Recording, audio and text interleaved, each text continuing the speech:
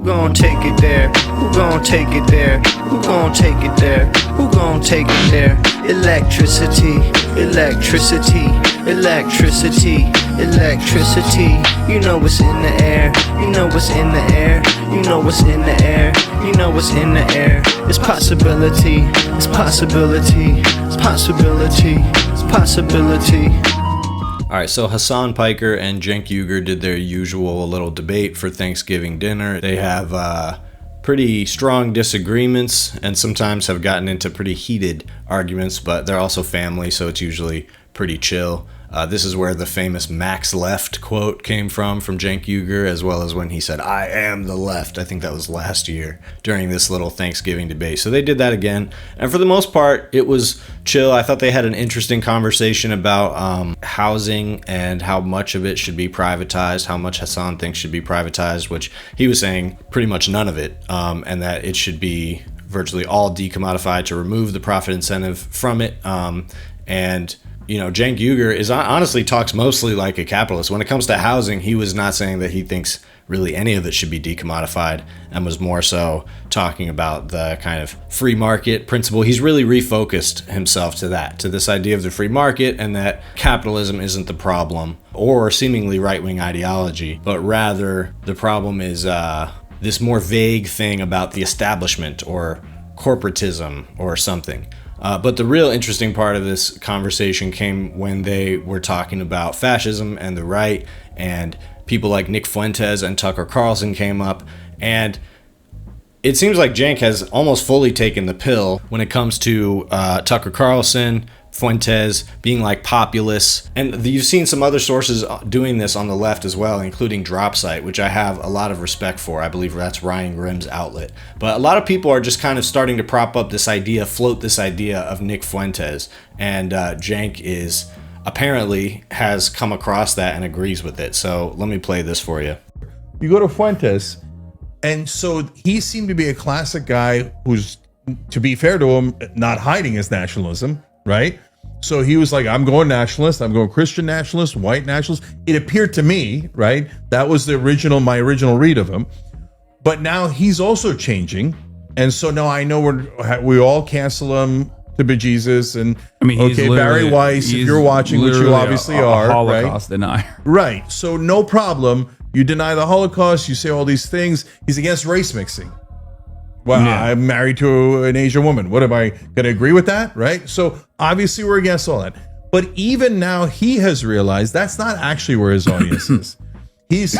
So whether it's Craven. I think he's a grifter. I think these guys are all grifters. Right. Whether it's Craven or not, whether they're grifters or not, even Fuentes is now saying, he said it just like 2 days ago, you know what? Maybe we put aside the racism and the cruelty and the abuse, right? Which is an amazing admission, by the way, that kind of is the direction they were going, right? And he says maybe we put that aside. I just don't to be able to unite with the left. I don't believe I'm any not of these saying guys. yes to Fuentes. I'm just saying look at the tide moving. The tide is moving towards populism because it's being driven by the audience. The audience wants real populism.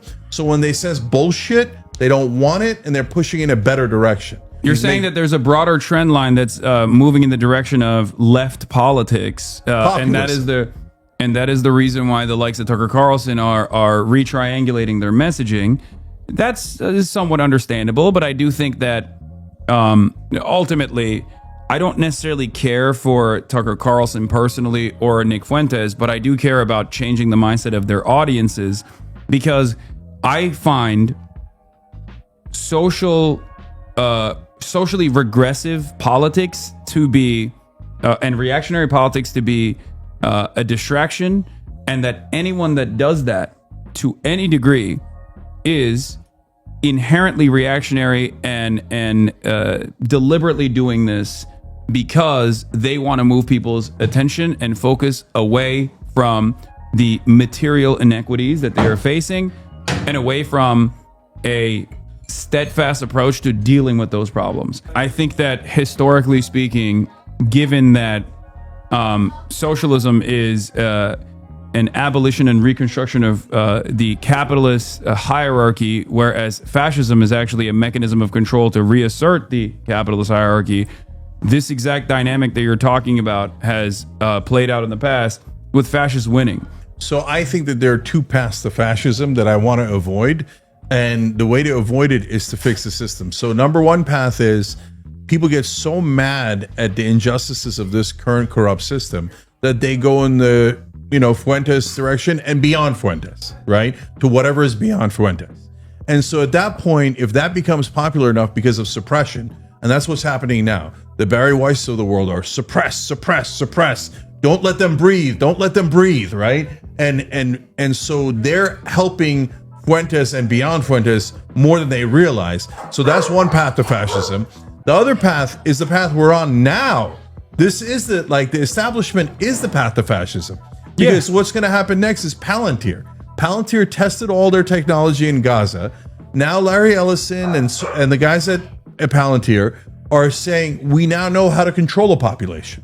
So they're going to bring that here. If populists on the right or left don't win, or some sort of combination don't win in 2028, I just then don't the think Ellisons and the Peter Thiels and those guys, the Palantires, are going to turn this current establishment into a fascist establishment. I think do you see what I'm saying? I think, well, one, I do see what you're saying. I think that we're already there in many ways. I think that the new iteration, the Republicans have already become a post-liberal party, and Donald Trump is doing that right now with the type of populism that you're talking about, with the sloppyism, if you will, where liberalism has been an abject failure, and that's the reason why one of the two major parties is basically evolving beyond, and the other one is always in a consistent conciliatory or conceding tone towards the other party that is restructuring itself as a fascist one. And my point is that the normal evolution beyond that point would be Tucker Carlson. I don't think J.D. Vance is going to lead the Republican Party in the future. I think Tucker Carlson. I think is it's the going most to be the likely Tucker win. Carlson that leads the party. But I don't think. But do you think Tucker Carlson is going to go in there and actually fucking take out Palantir and Yes. corporate capital? I don't. I do not believe. No, those that are two at different all. things. Two different things. Palantir and corporate capital are different. I don't think Tucker Carlson does that at all. Yeah, so this perspective he has on Fuentes and Carlson, it does fit into this worldview that he has been proposing ever since Trump won the second time, basically saying that it's time to find ways to cooperate and collaborate with the right, particularly on this issue of economic populism. So, in other words, to focus less on the social issues that have riled people up and allowed Republicans to make themselves seem more attractive to people, and to focus more on the economic issues that historically both parties, but especially Republicans, are completely incapable of delivering as a way of pulling people back to a more leftward position. And TYT, sort of in spectacular fashion, has chosen to do that by picking fights with people on the left, making it very clear that they wanted to distance themselves from certain factions of the left and posture as more centrist, even right-leaning. And so the concept there, and he lays it out here, is that by collaborating on breaking down the kind of corporate-controlled system, so things like Citizens United and getting legislation through that relieves corporate pressure on politics and allows for something that's more genuinely democratic, then people can go in their different directions, be more nationalist, as Cenk calls it, more socialist or whatever, and we would essentially have a system of true democracy so the best ideas could win out, etc. That is optimistic to a huge fault. And it's a nice idea to say we should focus on this idea of anti-establishment and like breaking down the corporate oligarchy. That's not a bad plan because a lot of people can get down with that. And it is something that people are hungry for in politics, which means you could build a lot of momentum behind that message. The problem is that these social issues are going to come up. They exist for a reason. And to think that you can collaborate with people who have put themselves on the side of Tucker Carlson or Nick Fuentes for the end of creating a more democratic, egalitarian society is truly delusional. It's truly to not understand the ideology that they've been propping up this entire time. And Cenk really, he keeps saying this thing about take yes for an answer. And he's very generous about that because both in the case of Carlson and Fuentes, he fully takes them at their word, even though he's kind of making what they said better than what it is. In the case of Fuentes, Fuentes did not say that the right and the left should compromise and that the right should give up on being racist and stuff. He's actually conflating two quotes from Nick Fuentes, both of which were reposted by Dropsite.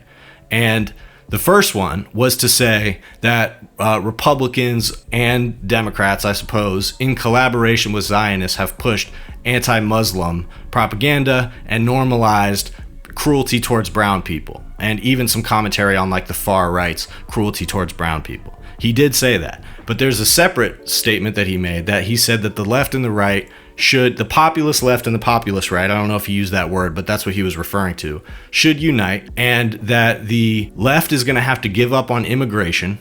That was his words, give up on immigration, and the right has to give up on things like the social safety net, meaning that needs to exist, and that the right needs to give up on their opposition to social safety nets. Meanwhile, the left needs to give up on their opposition to, immigrants being kidnapped and lost at sea or whatever.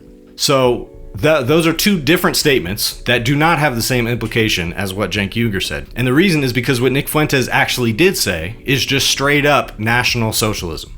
He's literally saying that as long as we can create a more Anglo-American electorate population, give up on immigration, he says, allow for people to be deported en masse, and then for huge clamps to come down on who can come into the country and be a citizen. And then we will allow for a social safety net and, propping up the poorer people in our society so that people can start families. That is literally the platform that National Socialists used to come to power in Germany, and especially to kind of secure this idea of German supremacy over other groups and a society, an in-group that was favorable to those fair-skinned, fair-haired, blue-eyed Germans. Those were the ones who were supposed to be getting the social safety net, and everybody else excluded from it. And so Cenk, he's taking the historic bait that the Nazis have used to come to power. And this is the criticism he's been getting this entire time.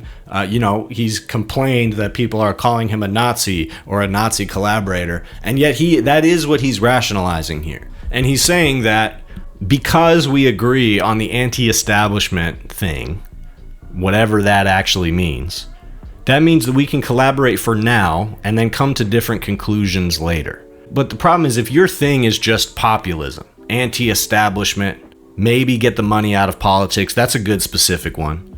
But the problem is they know what they mean by populism. And Nick Fuentes says it when he says give up on immigration. And then we can do our social safety net. Because to them, populism is deport massive amounts of people and continue to clamp down on those minority groups. Nick Fuentes has never said anything to indicate that he does not think the United States government should be utilized against minority groups. And the interesting thing that these guys are doing when it comes to Fuentes and Carlson is that now that the pendulum has swung all the way that they were pushing it, to the point that it's almost fully normalized, stuff that was completely out of the Overton window not that long ago. Now you see those guys moderating. So that you got to ask yourself, why are they doing that? Why are they choosing now to moderate when they've finally gotten what they wanted? Why wouldn't they continue pushing in the direction that they have been pushing it in?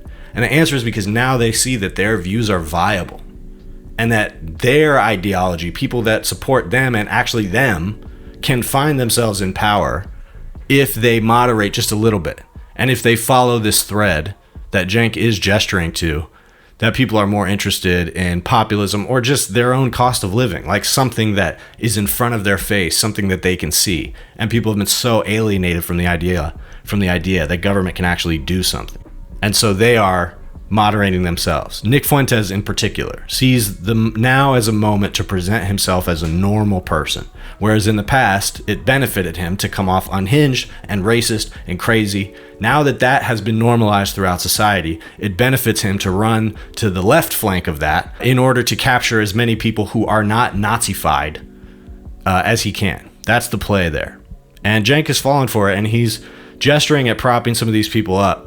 And I think that is just, it's absolutely unacceptable, because the reality is the left, when you're talking about collaboration with the right, the left doesn't have any leverage right now, like none. Kamala got wiped, So any leverage with the Democratic Party to do anything is gone.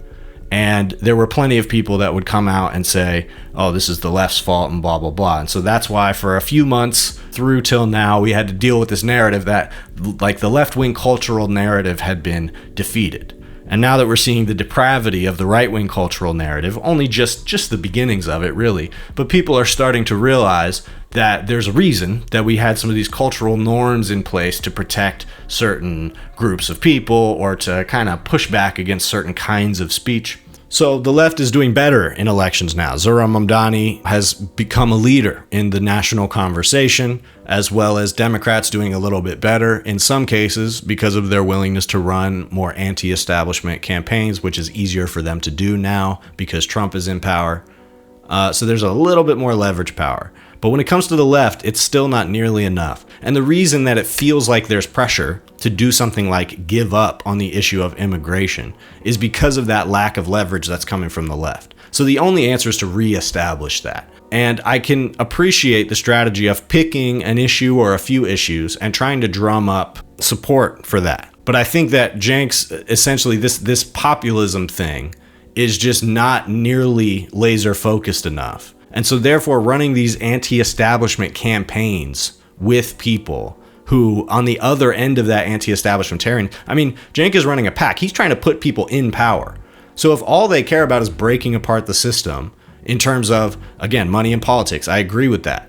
And I think that that's the number one thing that Cenk keeps talking about that I still agree with. But if you really think that you're going to make progress with the right towards that end, and it's not going to just bite you in the ass, then you really don't understand how the right operates. I mean, this entire wave of right-wing activity that we've gotten since Obama's presidency has been entirely funded by billionaires. And at the end there, he says the corporate media is different from Palantir. And he's not saying that Palantir's better there. He's saying that it's a different kind of establishment. It's this new sort of startup, new tech money that's not as ingrained in the establishment as some of what we would call corporate media or something like that. So there's truth to that. But to think that that is different, and that is ultimately what right-wing populism has gotten us. So to think that Tucker Carlson is going to do something about Palantir when that's just going to end up being a tool that's extremely useful to him, just like it would be to any other right-winger or neoliberal who steps into power. They're going to turn around and use tools like that against us, just like all of them will. The only way to go back in a less centralized direction is to take things in an explicitly antitrust and like deeply forensically skeptical of corporate power when it comes to government, a ton of ability to exercise that power. And the only way that's going to happen is through the left. The right has been they've just had the idea of that completely emptied out of their brain. So the project of the left right now is to drum up support for those specific ideas. And instead of focusing on this collaboration with figures who are obviously still signaling neo-Nazism, the idea is the leverage has to come from the people who are behind you on the policies that you're supporting. Then you can say to the right-wingers, we can collaborate with you, but you have to give up on all the bigotry. The only way that we are going to collaborate with you is if you give up on all the racist shit, including immigration, or whatever you think has been legitimized by your bullshit science. Either you drop that or American progress is going to move on without you. So until we're back in that position, the concept of collaborating with fascists is out the window, in my view. Pressure getting pressed, do you feel it now? What even happens next, I don't really know. Voice carries less, can you hear me now? Soon as I get blessed, time's running out. Pressure getting pressed. Pressure getting pressed. Feel the pressure getting pressed. Yeah. Pressure, do you feel it now? I'm just saying this.